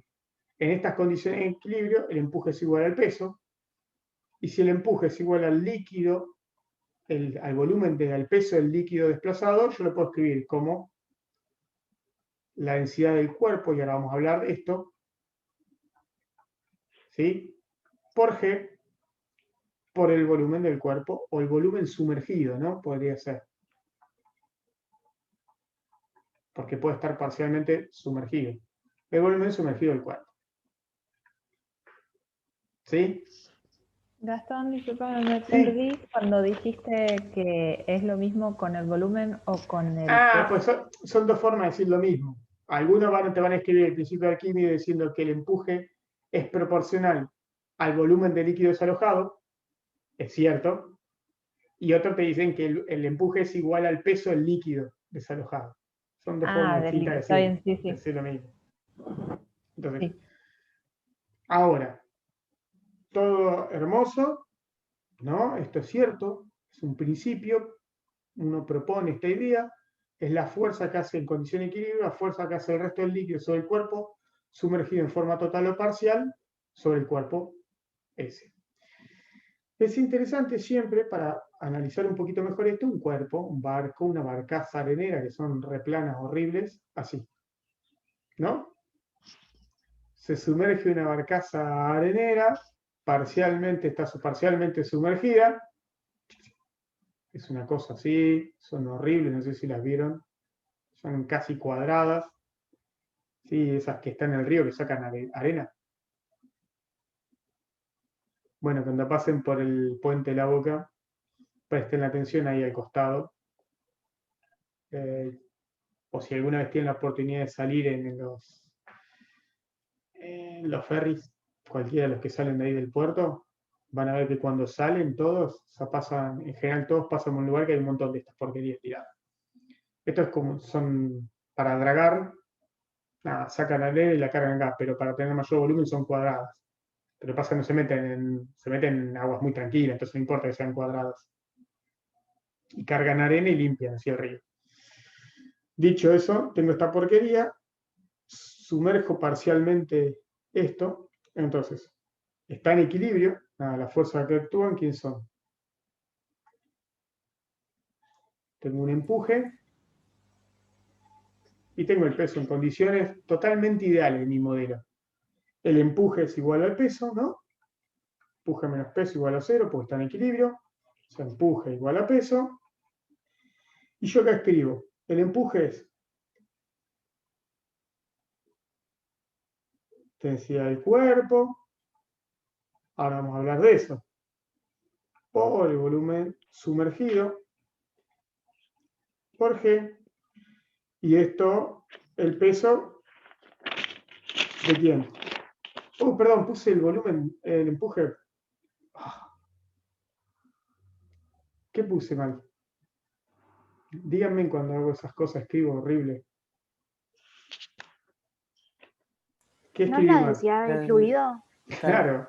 Sí, estaba escribiendo, estaba pensando. Ven que usted me tiene que decir eso. Estamos disociados. Cerebro y boca, estamos disociados a veces, y más hasta ahora. Fluido. Entonces acá, vamos a ir rápido. Vamos a escribirlo bien, corríjanme, porque yo quiero hablar rápido y escribir rápido, hacer todo, y hago lío. Pues dije el peso del líquido desalojado, así que sería la densidad del fluido. Densidad del fluido por el volumen sumergido por G, y esto sería la densidad del cuerpo, ¿sí? ¿Por quién? Por el volumen del cuerpo por G. Y acá tengo un problema. Es decir, cuando yo analizo esta condición de equilibrio, decir, pero pará, si yo tengo un barco, por ejemplo, el caso clásico, yo tengo un barco, el barco está hecho de hierro, y la densidad de hierro es mucho mayor que la densidad de un líquido. Encima, esto es más grande que esto. El volumen del cuerpo es mayor que el volumen sumergido parcialmente. ¿Cómo logro el equilibrio si acá tengo G y G?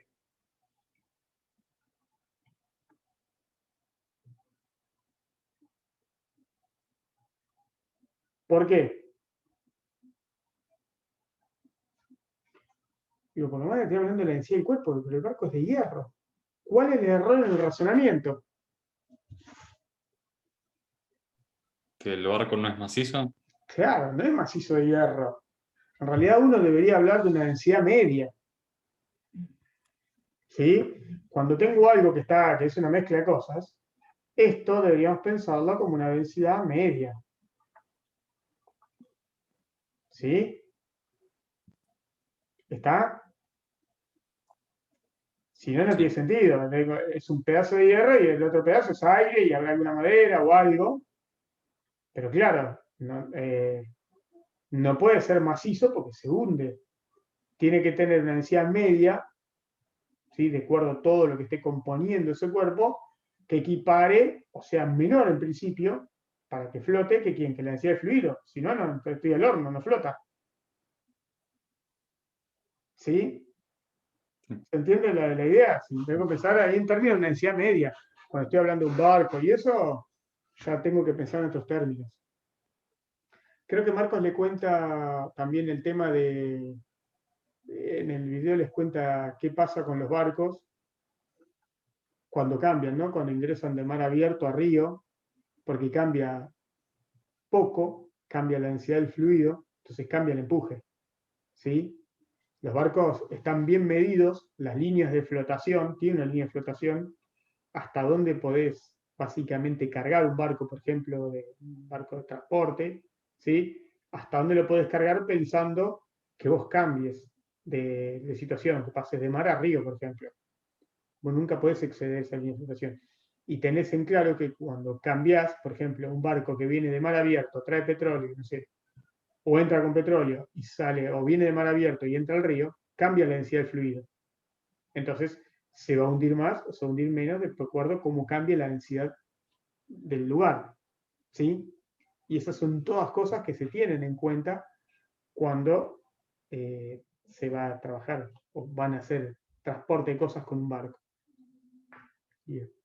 Tienen que, ¿no? Ustedes pueden agarrar y decir, bueno, voy a un libro y me miro la densidad del agua de mar, cuánto es, y la densidad del agua dulce. Si mal no recuerdo, la densidad del agua dulce es menor que la de agua de mar. Uno al revés, es mayor la de agua dulce que la de agua de mar, porque tiene sal. Pero revísenlo por las dudas. Creo que la densidad de agua de mar es menor que la de agua dulce. ¿Sí? Mayor. La de agua de mar, sí. Perdón, no. La de agua dulce es mayor que la de agua de mar. Lo revisamos ahora. Alguien tiene ganas de buscar en internet, pero rápidamente. Y nos fijamos. Creo que una es ser 1033 y la otra 1027, pero no me acuerdo cuál es cuál.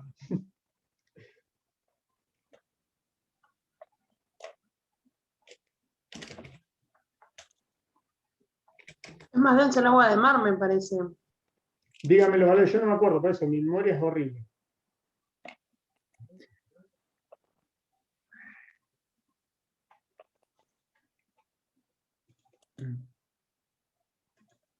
De mar es 1,025 kilos por litro. Y la de río es mayor, ¿no? Bueno.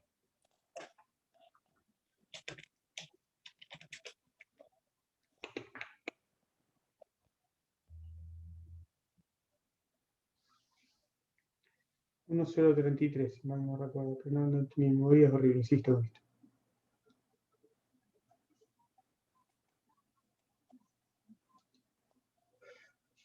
A ver si. Dice que la densidad promedio de los océanos es como 2,75% mayor que la de los ríos, o sea que la del río típico. Sí que es mayor la del mar que la del río. Mira, bueno. Entonces esto debe ser 1,022, 1,023. Bueno, bien, no importa. Pero se entiende igual, yo lo que quería es, independientemente de los valores, entender la idea que, nada, cuando uno va, por ejemplo, en el tema de los barcos, tienen que tomar en cuenta, son detalles mínimos, estamos hablando de un 2%, ¿sí?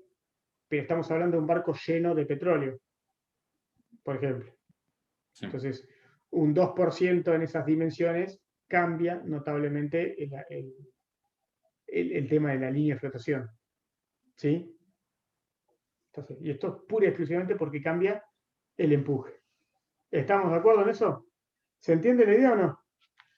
Perdón que le escribí al revés. Usted corríjame ahí. Yo quiero ir rápido y a veces escribo mi cabeza y boca no se ponen, perdón, boca y mano no se ponen de acuerdo. Bien. Dicho eso, vimos un poquito de empuje. Vamos al otro tema que para mí me parece que es siempre conflictivo. Por una sola razón, es que nunca tenemos un lugar de donde leerlo bien. Siempre fue difícil, y es el tema de ¿qué? Tensión superficial.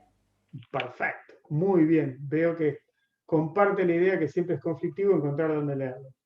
Las versiones nuevas, el Circe más que las versiones viejas, estaba bastante bien, más completa. Las versiones nuevas no escriben nada, nada. Es un desastre. En vez de involucionó el libro en ese sentido. La edición 12 con respecto a eso, yo creo que usé la octava, y se muestra lo viejo que soy, y ahora va por la 12 o 13. La 13 no pone nada y la octava estaba muy buena. Pero bueno, tensión superficial, en realidad, si uno trata de mirar el fenómeno en sí, tratar de comprenderlo fuera de lo que son las ecuaciones, no es tan difícil de entender, ¿sí? Independientemente de que uno no encuentre dónde leer. Yo les aconsejaría, yo no lo tengo acá, hay algún libro de lo que es ya más especializado, como por ejemplo de mecánica de fluidos, seguramente el Kundu, Krot, Mott, hay varios nombres, pero uno buscaría algún libro más especializado de mecánica de fluidos, como para tratar de entender cómo es la tensión superficial, ¿sí? El fenómeno en sí, o sea, no sé, básicamente, cuando era chico, por ejemplo, vivía en el campo y me iba en medio del campo a los tanques, y uno veía que los insectos caminaban arriba del agua, ¿sí? Uno miraba un tanque, los famosos tanques australianos, uno miraba los bichos arriba del tanque y los bichos caminaban. Y no eran una reencarnación religiosa de ningún tipo que pudieran caminar arriba del agua, sino era cuestión de física pura, ¿sí? ¿Por qué pueden caminar? El ejemplo típico de los libros, que a uno le llama la atención, es muy divertido, es decir, piensan que la superficie libre, esa interfase entre agua y aire, se deforma y está la patita del bicho que lo modelan como una cosita esférica, deforma la superficie libre y el bicho puede caminar. Y no rompe esa superficie libre. ¿Por qué? Porque esa superficie libre está en un estado de tensión, ¿no? Cuando tengo una interfaz, por ejemplo, lo más llamativo siempre es entre un líquido y un gas. Cuando tengo una interfaz entre líquido y gas, esta interfaz está en un estado de tensión, se llama habitualmente, ¿sí? Erróneamente, a mi criterio y comparto, en general tratan de modelizarlo como una goma, ¿no? Como una goma que se estira. Yo al principio pensé que era así y ahora releyendo, cuando uno cada vez que lo relee aprende más, no está bien el modelo ese. Ahora les cuento por qué. Yo siempre lo pensé como si fuera una telaraña muy pequeña. Sí, yo creo que el problema de todos esos modelos, ¿sabes cuál es? Que uno lo termina haciendo, construyendo como si fuesen resortes.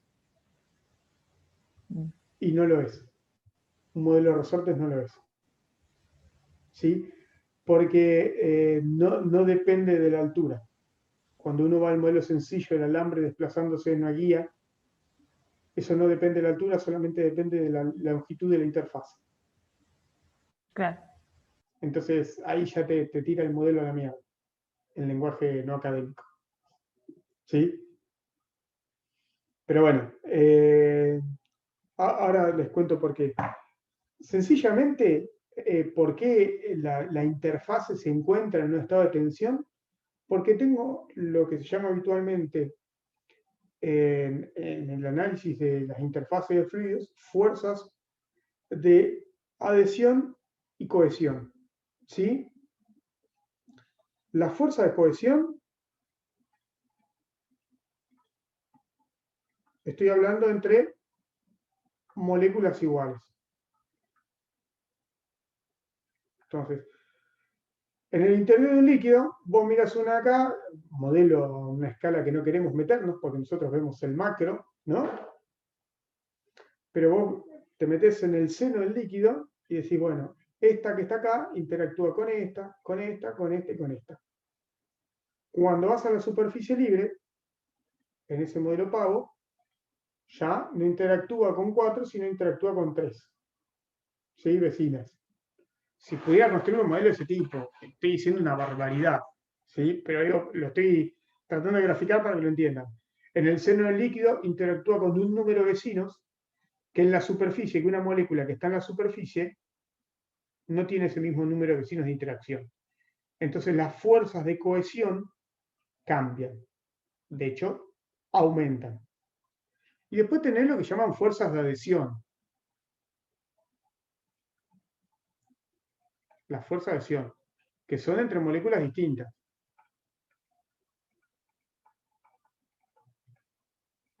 Me aparece una interacción con la que está acá arriba. Con esta acá, que es del gas. Entonces, ahora esta molécula en la superficie interactúa con 3 que son iguales a ella y una que no es igual a ella, en este modelo sencillo, cuando antes interactuaba con 4 que eran iguales. Por proponer un modelo muy básico para entender lo que está pasando.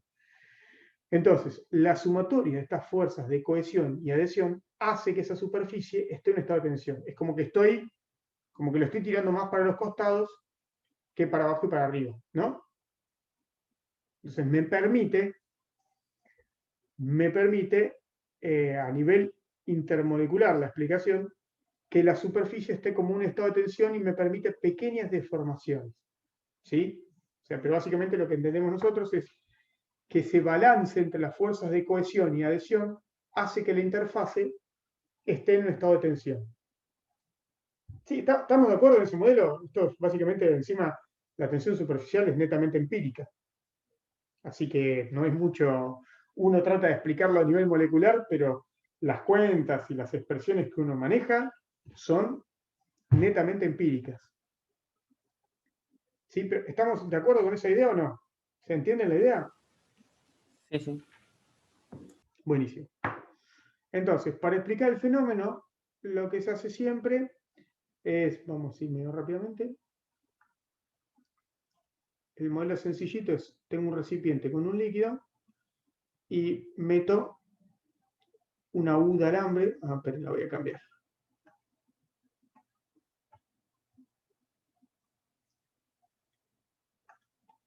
Meto un alambre en U, así. ¿Sí? Y acá tengo como un alambrecito que permite movilidad y lo llevo y lo estiro. Lo metí en el seno del líquido, lo voy estirando a poquito. ¿Y qué pasa? El líquido asciende acá, pegado a ese alambre. ¿No? Ese experimento muy pavo que uno puede hacer. Nada, pueden mirar en internet, ahí está lleno de experiencias de tensión superficial muy interesantes. Yo le voy a sugerir una, que es una experimental posta, que es la que uno aprende un poquito más, que es la que se hace cuando se quiere medir la tensión superficial de algún elemento. Yo tiro de este alambrecito móvil para arriba, ¿sí? Y veo que el líquido se estira. Bueno, ahí comprendo que el líquido está en esa interfase en un estado de tensión. Porque ahí sí me parece que es como una goma que estoy estirando, ¿no? ¿Sí? Este alambre tiene Claro, claro, se entiende. un ancho D.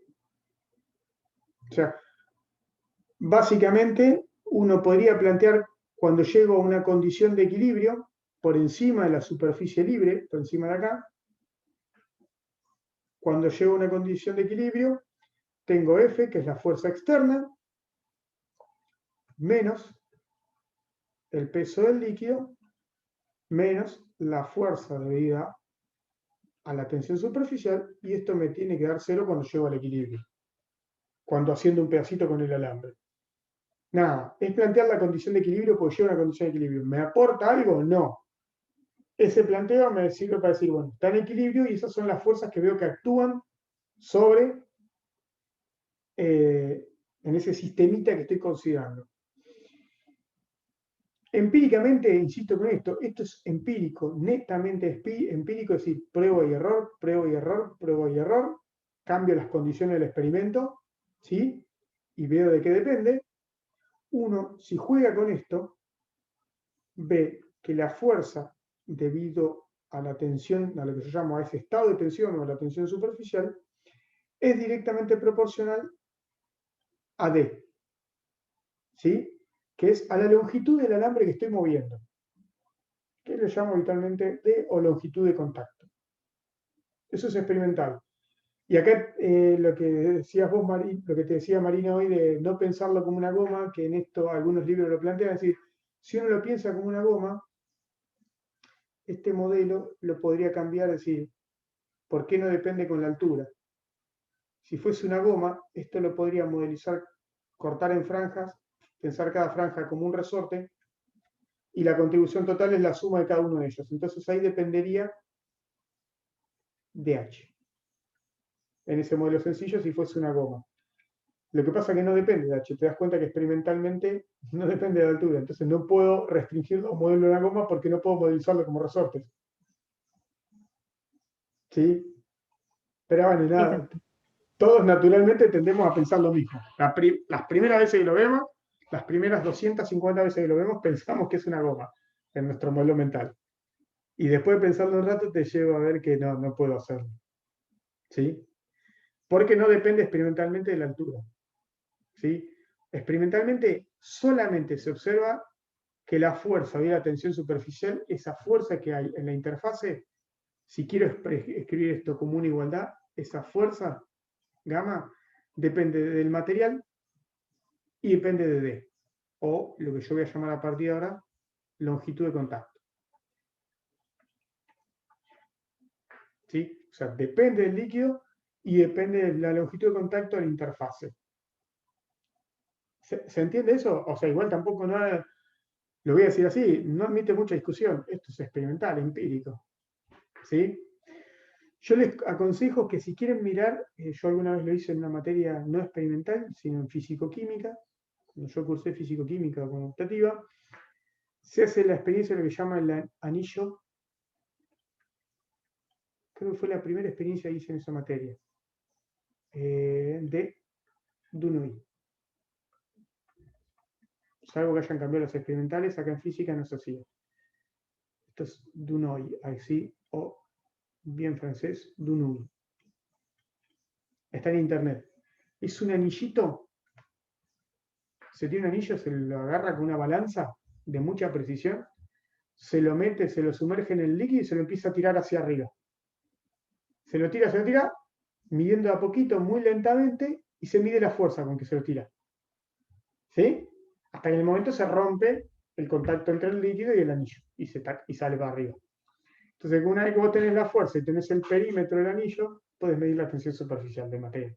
Y así se determina una experiencia muy pava y se determina la tensión superficial de distintos materiales. ¿Sí? Pero mírenlo, hay varios videos de eso, del anillo de Dunoy. Bien, entonces, esto es empírico. Prueba, se hicieron experimentos, y no hay mucho para decir de eso. ¿Sí? Vemos que la fuerza de la tensión superficial, esa fuerza superficial que me aparece al estar las interfaces en un estado de tensión, depende del líquido y de la longitud de contacto. No sé, si miran los valores de gamma, que obviamente va a tener unidades de Newton sobre metro, por ejemplo, el agua es 0,073. El gamma del agua es 0,073 newton sobre metro. El gamma, esto es interesante, gamma del agua más jabón, por ejemplo, es 0,025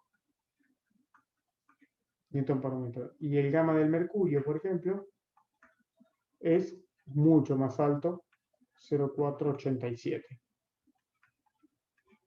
Es interesante estos dos, porque si a un agua, al agua común, le meto jabón, ¿sí? ¿Qué es lo que pasa? Disminuye la tensión. No, no burbujas, pero yo digo, todavía no estoy pensando, tengo un líquido y le tiré jabón adentro del líquido. ¿Sí? Disminuye la tensión superficial. ¿Sí? El estado de tensión del agua disminuye. ¿Sí? Y eso es por la composición del jabón. Son bicapas fosfolipídicas que esos fosfolípidos, ¿sí? hacen que rompan un poquito la estructura superficial del agua. Entonces tenga un menor estado de tensión. ¿Sí? De hecho, cuando uno mezcla agua y jabón, que se usa en un montón de cosas en la industria, es para disminuir la tensión superficial también, pero para arrastrar cosas, para disminuir muchos efectos superficiales del agua sola. De hecho, para concreto, en la industria del petróleo, cuando se trata de sacar petróleo, algunos, lo que llaman, me salgo un poquito el tema, pero por ejemplo en los mecanismos de recuperación, lo que llaman EOR, petróleo, mecanismo de recuperación mejorada, que se inyecta agua, y originalmente se inyectaba agua en la matriz porosa, donde hay mucho petróleo, ¿sí? Para limpiar ese petróleo, que idealmente después limpian el agua y la recuperan, ¿sí? Para sacar ese petróleo se inyectaba agua originalmente a presión.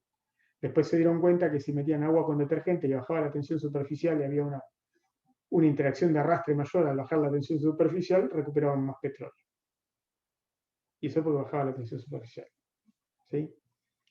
Es cosas que las que se usan esto de en serio todavía. Estos son lo que llaman, todos estos tipos de materiales que disminuyen la tensión superficial de agua, se llaman surfactantes. ¿Sí? Dicho eso, para que vean algún tipo de cosa de interés de esto.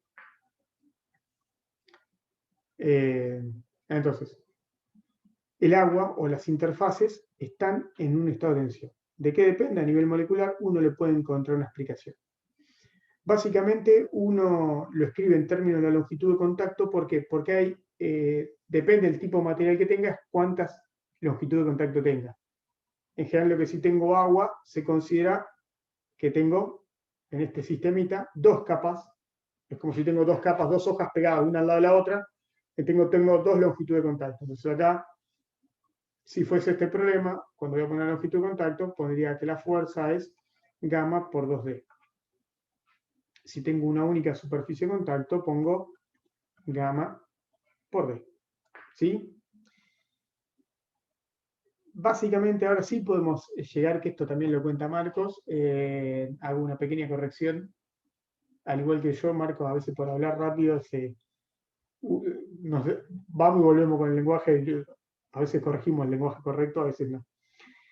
Este análisis de los sistemas que están en estado de tensión nos permiten, o esta tensión superficial, nos permite analizar, por ejemplo, el tema del comportamiento de una gota o el comportamiento de una burbuja. ¿Sí? Básicamente, la idea de los dibujitos, de que las gotas, ¿sí? Cuando uno miraba los dibujitos que era chico, la gota tenía una forma, ¿no? O sea, para nosotros la gota, cuando éramos chicos, la gota era así. La dibujábamos así. ¿Sí? Y la tensión superficial, cuando uno aprende física, nos lleva a pensar que eso no es así. ¿Sí? Las gotas, en el mejor modelo posible, dentro de lo posible, tienen una forma esférica. Las burbujas tienen una forma esférica. ¿Por qué? Eso es debido a la tensión superficial. Una gota de agua cae y trata de tener una forma esférica.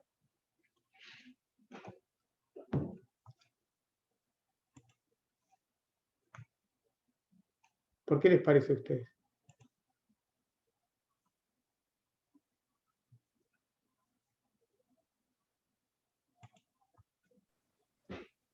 la esfera a igual volumen minimiza la superficie.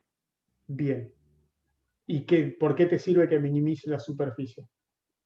Se está achicando la energía necesaria para sostener el sistema. Exacto. Hay una minimización de una energía potencial superficial. O sea, los sistemas tienden a minimizar esa energía.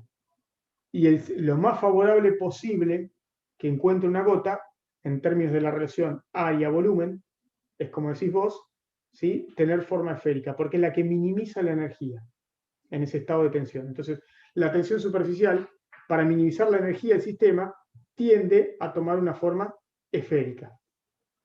¿Sí? Eso se puede hacer. Hay alguna cuentita a partir de las expresiones que hicimos, mencionamos, porque no hicimos ningún tipo de experiencia. La experiencia es el alambre, ¿sí? Si yo agarro ese alambrecito que tiene el líquido, está en una posición, hago una fuerza hacia arriba, lo muevo, lo logro mover a otra posición de equilibrio, bajo la acción de una fuerza externa, tuve un pequeño desplazamiento. ¿Sí? En un estado de tensión, lo que estoy haciendo es un trabajo. ¿Estamos de acuerdo en eso? El trabajo, o sea, básicamente estoy pensando que voy pasando en posiciones de equilibrio, haciendo la misma fuerza, y en todo punto esa fuerza equilibra a la fuerza vía la tensión superficial, que son iguales, desprecio el peso del líquido, ¿no? Entonces el trabajo, a grandes rasgos, y todo es hermosamente, si me olvido de las integrales, puedo aproximar que la fuerza es constante, el desplazamiento, todo es hermoso, lo puedo escribir como fuerza por desplazamiento. Y esto sería gamma por la longitud de contacto por delta X. ¿Sí? Entonces, para estirar esa superficie de líquido, esa superficie, esa interfaz, tengo que hacer un trabajo en contra de la tensión superficial, básicamente, ¿no? Para estirarlo. Si la fuerza y la tensión superficial es conservativa, eso lo puedo escribir como la variación de una energía potencial. Y esta fuerza sí es conservativa por la forma que tiene, tiene una forma conservativa. ¿Sí? Esta longitud de contacto, o sea, si vos esto lo llamás L, no importa si es 2 o 1, L por diferencial de X, ¿esto quién es? El área que estoy estirando. ¿Cuánto estoy aumentando el área de esa superficie, esa interfase? Entonces, ese trabajo, que por ser una fuerza conservativa es igual a la variación de energía potencial elástica, si quieren, una variación de energía potencial superficial, lo puedo escribir como gamma por delta de área. Y este delta de área puede ser 1 o 2 veces, no tengo que agregarle el 2 si tengo dos superficies de interfaz o una sola, ¿no? Pero eso, ¿sí? Esta expresión me permite ver que lo que está involucrado a la forma que toman las gotas, a la forma que toman las burbujas, es una cuestión de una minimización de la energía. Optimización de recursos por parte de la gota. Para un volumen de líquido dado, la menor superficie posible que va a adoptar es una forma esférica porque minimiza la energía del sistema para esa superficie. ¿Sí? ¿Estamos? Sí, siempre lo pienso en términos de volumen porque hay una cantidad de material que no puedo despreciar. Esa cantidad de agua que tengo en la gotita, nada, tengo un volumen dado. Entonces, para ese volumen dado tengo que minimizar el área para que tenga una mínima energía. Entonces ahí está el vínculo que tengo entre la energía, ¿sí? Y la superficie o la forma superficial que adquieren las gotas o las burbujas. ¿Cuál es la diferencia entre una gota y una burbuja? Que la gota está como rellena, la burbuja tiene aire adentro. Bueno, vamos a usar el lenguaje más preciso porque si no te van a sacar a pateaduras en un final. ¿Sí? Es el número de interfaces que tengo. Es el número de interfaces que tengo. O sea, una gota es maciza, si querés, agua, tengo interfase agua-aire. Cuando tengo una burbuja, tengo una interfaz aire, líquido, aire. Es distinto el número de interfaces que tengo cuando tengo una gota y cuando tengo una burbuja. Ahí Marcos cuenta, por eso digo, a veces uno por hablar rápido comete errores, como recién cuando escribo. Cuando uno quiere hablar rápido, dice, por ejemplo, Marcos dice en un momento del video, dice, las gotas, habla de la burbuja adentro de un vaso de cerveza. Adentro de un vaso de cerveza, adentro del líquido. ¿Tengo una burbuja o una gota? Acá. Una gota. Tengo una gota.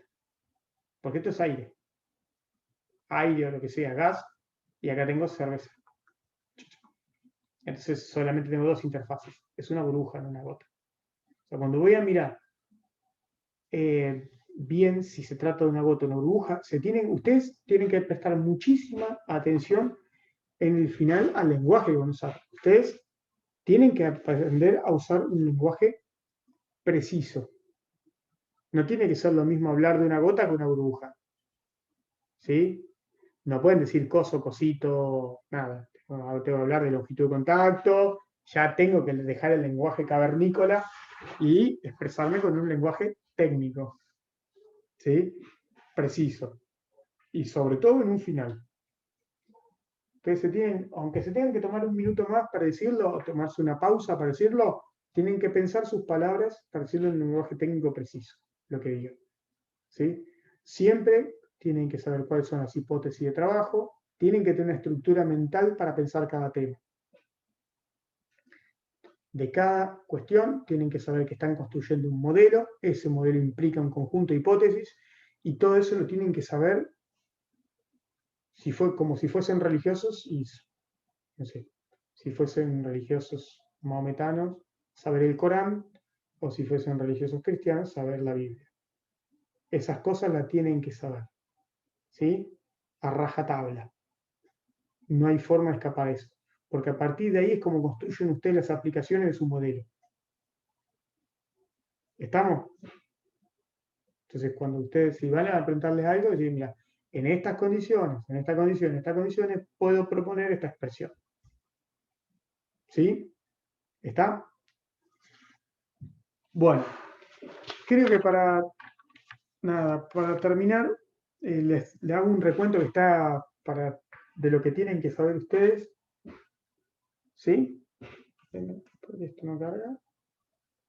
Deme un segundito, me parece. Ya estoy bien.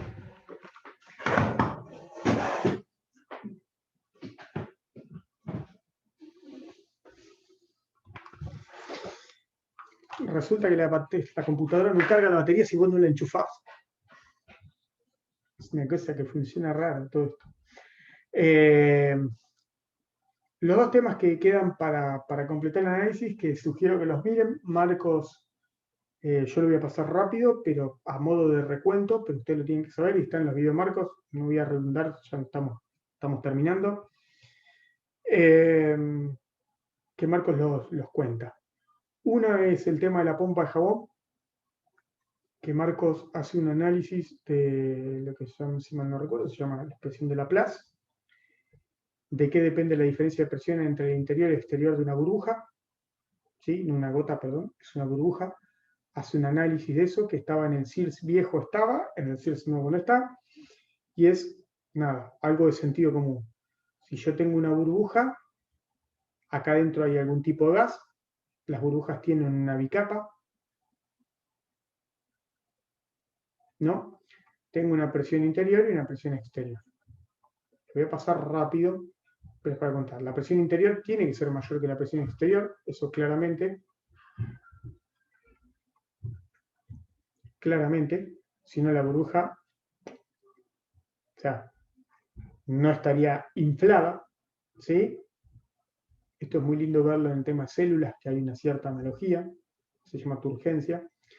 Entonces, vos tenés una burbuja donde la presión interior del gas encerrado dentro de la burbuja es mayor que la presión exterior. Eso se mantiene inflado, ¿sí? Ahora, ¿por qué no sigue hinchándose si la presión interior es mayor que la presión exterior? Porque esa interfaz, esa bicapa de líquido está en un estado de tensión. Y ahí lo puedo pensar como un globo. Y ahí vuelvo al modelo de la goma, pero no es una goma. Lo pienso como un globo, que esa superficie está en estado de tensión y empuja para adentro y compensa la diferencia de presión. Entonces quiero escribir ¿De qué depende esa diferencia de presiones? En términos de la tensión superficial.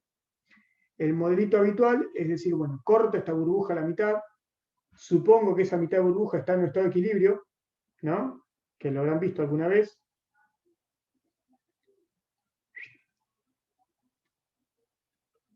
Tengo esto. Tengo este modelito, ¿sí? Y miro. Dice, bueno, ¿qué tengo? Hacia afuera tengo presiones, ¿no? El gas de interior es una presión. Si yo lo dibujo, va a tener una cosa así. Voy a tratar de hacerlo lo mejor posible, ¿sí? La presión hace fuerzas que tienen una dirección así.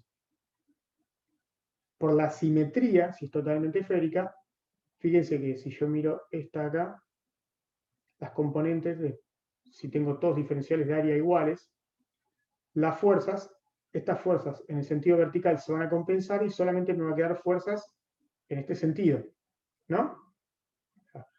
Debido a la diferencia de presiones entre el interior y exterior, voy a tener una fuerza neta para allá, sobre este sistema. Insisto, yo lo voy a contar muy rápido, mírenlo después del video de Marcos, pero voy a tener una fuerza neta debido a la diferencia de presiones, no neta, sino una fuerza debido del tape, para allá. En el modelo habitual habría que hacer las cuentas mucho más estrictas, pero sobre esta interfaz es como si el otro pedazo de burbuja estuviera y ¿qué le hace? Una fuerza de tensión superficial para allá. ¿No? ¿Sí? Esta es la fuerza de tensión superficial. Básicamente, lo que estoy reduciendo a esta cosa, a esta mitad de burbuja que está en equilibrio para nosotros, todas esas hipótesis, agarro una burbuja, la corto a la mitad, pienso que está en equilibrio, la diferencia de presiones solamente me ejerce fuerza sobre el área proyectada. Hay una forma matemáticamente de hacerlo formal todo eso. Si esta cosa es el área proyectada, solamente vería que tengo una fuerza debido a la tensión superficial para allá y una fuerza debido a la diferencia de presiones para allá. Y eso llega a un estado de equilibrio. ¿Sí? Nada, tengo doble interfaz, o sea, tengo doble longitud de contacto porque considero que en una burbuja tengo dos capas de líquidos. Esto contado así brevemente, que se nos acaba el tiempo, es lo que nosotros escribimos. Si la burbuja está en equilibrio, que le escribe Marcos, sumatoria de fuerza igual a 0, y esto es la fuerza debida a la diferencia de presiones, menos la fuerza de la tensión superficial, esto me tiene que dar 0. La fuerza debido a la diferencia de presiones es delta P por el área proyectada, que esa es la cuenta que uno nunca hace, pero se da cuenta que la única fuerza que queda es en dirección horizontal, ¿no? ¿Sí? Entonces es la fuerza sobre el área proyectada, la única que me interesa, que es esta de acá, y tengo la fuerza de la tensión superficial, que eso lo puedo escribir gamma por la longitud de contacto, que es 2 veces 2 por pi por r. Acá la primera aproximación. En general, las burbujas, el radio interno y exterior de las dos capas de líquido que tengo es casi el mismo. Y es mucho mayor que el radio, o sea, la diferencia, el delta de R es mucho menor que el radio. Entonces, como muy buena aproximación, puedo considerar los dos radios iguales y pongo 2 veces 2 por pi por r. Solamente, si hago esa cuentita, el área proyectada, ¿quién es? Esta área proyectada es pi por radio cuadrado, o sea que uno puede escribir que delta P para una burbuja, la diferencia de presiones entre el interior y el exterior de una burbuja, uno lo puede escribir como 4 veces si despejan 4 gamma sobre R. Si mal no recuerdo, está la expresión de Laplace, el nombre que tiene, ¿sí? Para una burbuja. Obviamente, para una gota tengo que sacar este factor 2, o sea que para una gota la diferencia de presiones entre el interior y el exterior es 2 veces gamma sobre R. ¿Sí? Entonces, de vuelta, hago un análisis, propongo un modelo que le ponga 1.000.000 de restricciones, porque le pongo en el modelo toda la hipótesis que hago es corto la mitad, está en equilibrio, solamente me importa la presión sobre el área proyectada, la diferencia de presión sobre el área proyectada, eso es la fuerza debido a la diferencia de presiones, y los radios internos y externos son iguales porque son la diferencia de los radios es mucho mayor que el radio propiamente.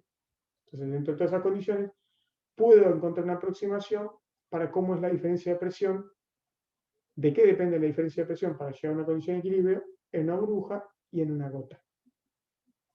¿Sí? ¿Lo habían visto esto? Bueno. Insisto, busquen alguna edición vieja del Sir Szymanski, creo que es uno de los pocos libros que está explicado esto. Igual no cuenta mucho más de lo que cuenta Marcos. Las hipótesis no las cuenta. Jamás. Las tiene ahí mezcladas entre las palabras. Entonces, obviamente, esta diferencia de presiones uno la podría vincular. El gamma está, si uno lo piensa un poquito, obviamente la diferencia de presiones que puedo soportar tiene que ver con la energía, ¿no? Está vinculada a la energía potencial superficial que tolera la formación de burbujas o de gotas. Tiene un mínimo de energía. Cuando yo me salgo de esa energía, se rompe. ¿Sí? ¿Está claro eso? Que si uno lo quiere pensar en términos de energía, lo puede vincular. Y lo último que faltaría, como para terminar que hoy, quiero ser puntual, insisto con esto, es un recuento que yo voy haciendo para ver si ustedes tiran ideas en el camino. Lo único que faltaría es capilaridad, pero capilaridad no es ni más ni menos que tensión superficial. ¿Sí? El fenómeno de capilaridad es un fenómeno de tensión superficial con más de una interfaz, ¿no? Digo, si quieren resumir el fenómeno de capilaridad, nosotros estamos acostumbrados a ver el ascenso capilar en un tubo de radio muy chiquitito. Tengo esto y vemos algo así exagerado. El menisco, el famoso menisco, en un ascenso capilar, los líquidos, la mayoría de los líquidos ascienden. ¿Sí? Y esto es porque cuando uno mira, si uno separa el menisco y mira como un elemento de volumen ese pedacito de menisco, básicamente lo que tengo son fuerzas de adhesión y cohesión compitiendo nuevamente. O sea, varias tensiones superficiales. Si quieren, esto nosotros terminamos viendo, escribimos como una fuerza neta, siempre se escribe un gamma así, cuando hay un ascenso capilar, y miden en función del ángulo. Me quiero quedar con el fenómeno. Las cuentas, si ustedes las pueden replicar, son apavadas, las pueden replicar en 2 segundos. Insisto con esto, el ascenso capilar o el descenso capilar se debe a una competencia, ¿sí?, a las fuerzas que aparecen en esas interfaces. No son dos, no tengo una interfaz entre líquido y gas nomás. Acá tengo cuando el tubo capilar tiene un radio muy pequeño, empieza a pesar la interfaz líquido-gas, líquido-sólido, ¿sí? Y tengo la fuerza de adhesión, de cohesión, perdón, líquido-líquido, que lo tira para abajo. O sea, si uno mira, tengo, sí, vamos a escribirlo así, no sé, yo para dibujarlo así, estoy exagerando, tengo un gamma, líquido-sólido, tengo un gamma, líquido-gas, y tengo una fuerza de cohesión, porque no es un gamma, líquido-líquido, tengo una fuerza de cohesión, líquido-líquido.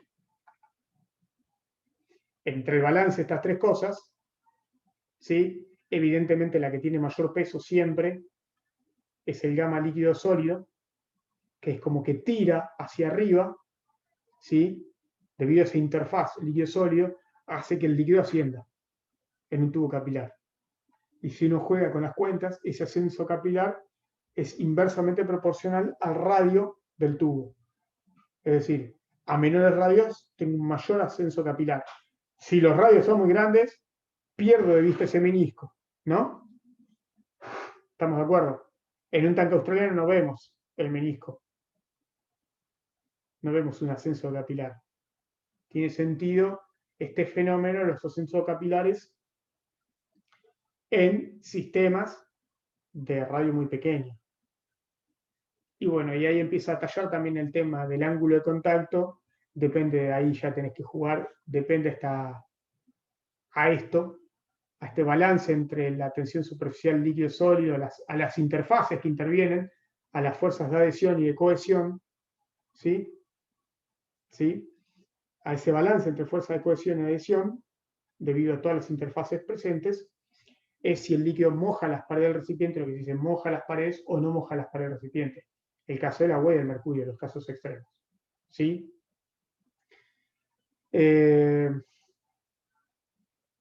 Dicho esto, que es más o menos lo que tenemos que repasar para hoy, es interesante, hay un fenómeno que es muy interesante que todavía se sigue discutiendo hasta el día de hoy, para que, por ejemplo, uno se piensa que esto que tiene 200, 300 años, 500 años, ya no me acuerdo cuántos años tiene esto, 1700 de ser, un poco más, que esto está todo resuelto ya. Bueno, resulta que no. Cuando... Un segundito.